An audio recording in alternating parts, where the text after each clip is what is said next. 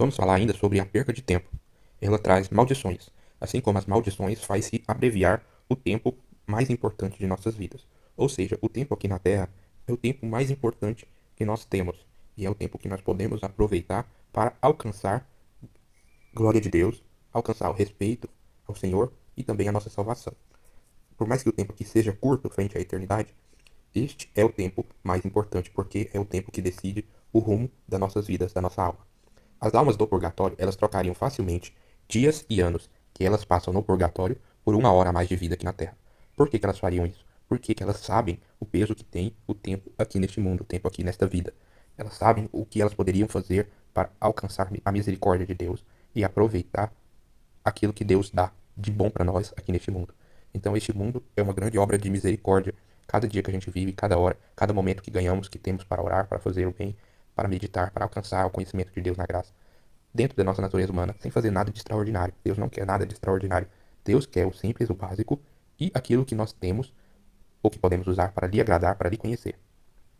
Mais vale uma oração aqui na Terra do que um ano de sofrimento do purgatório. Então esse aqui seria o moral da história da frase anterior.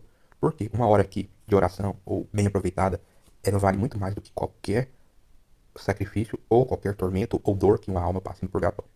A perca de tempo ela pode ser por mau uso do mesmo, ou desperdício por não se usar em coisas santas. Então, aqui tem uma frase meio ambígua que diz mais ou menos a mesma coisa. Porém, ela, bem interpretada, nos dá uma grande verdade espiritual.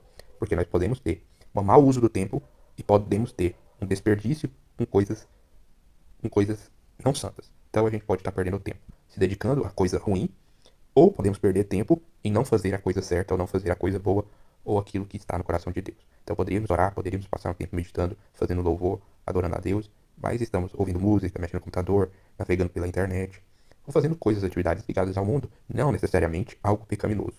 Então perdemos tempo pecando e servindo ao demônio. Isso aqui é sinônimo, né? Porque pecar e servir ao demônio acaba sendo basicamente a mesma coisa no fritar dos ovos. Deus escolhe os que serão bem-aventurados. Isso depende do tempo dedicado à sua misericórdia, e não ofensas. Obediência à sua sagrada doutrina e buscando conhecimento e atos que purificam e possibilitam se aproximar de Jesus. Então, a escolha dos bem-aventurados, dos escolhidos de Deus, vai depender de diversas coisas. Além da predestinação, é claro. Depende da misericórdia de Deus para com aquela pessoa, para com aquela família, se aquela pessoa é uma pessoa pura ou não, já que a pessoa que ofende a Deus, ela deixa de ser pura. Seguindo aqui, o conhecimento de Deus se dá em sua amizade, estado de graça. Então, para ter um relacionamento, conhecimento da verdade, é preciso não apenas um coração puro, mas estar vivendo a graça de Deus em sua alma, livre do pecado, já que nós sabemos que Deus e pecado não se misturam.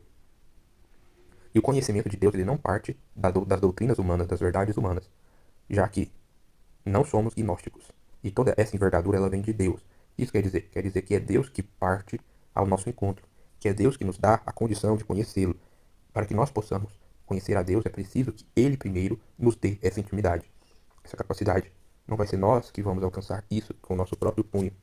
Então devemos eliminar o tempo que passamos no pecado, pensando em pecado ou buscando o pecado, pois assim é o homem. A natureza humana original tende a buscar essas coisas, mesmo que inconscientemente. O homem sabe do campo minado em que vive e ainda assim está o tempo todo retornando para as mesmas trincheiras e acaba por brincar com fogo e no fim suplica para que Deus o tire daquele lugar, daquela situação em que ele próprio se colocou, se meteu. Então, nós não podemos deixar para agir ou pensar em Deus na última hora de nossa vida, como se a nossa vida só dependesse daquilo. E Deus não nos criou para isso, para que nós nos arrependêssemos no fim, para que nós buscássemos o seu apoio, quando isso acaba se tornando uma obrigação ou um último meio de tentar uma salvação. Deus quer amor, Deus quer espontaneidade, Deus quer dedicação desde a tenra idade, não só para aqueles que estão em situação de morte ou próximo à morte. O não ofender a Deus talvez seja a maior obra de caridade humana para com Deus. O que isso quer dizer? Nós não somos de fazer boas obras, não somos capazes de fazer obras que agradam ao Senhor, obras que entrem no seu coração ou obra justa de próprio punho.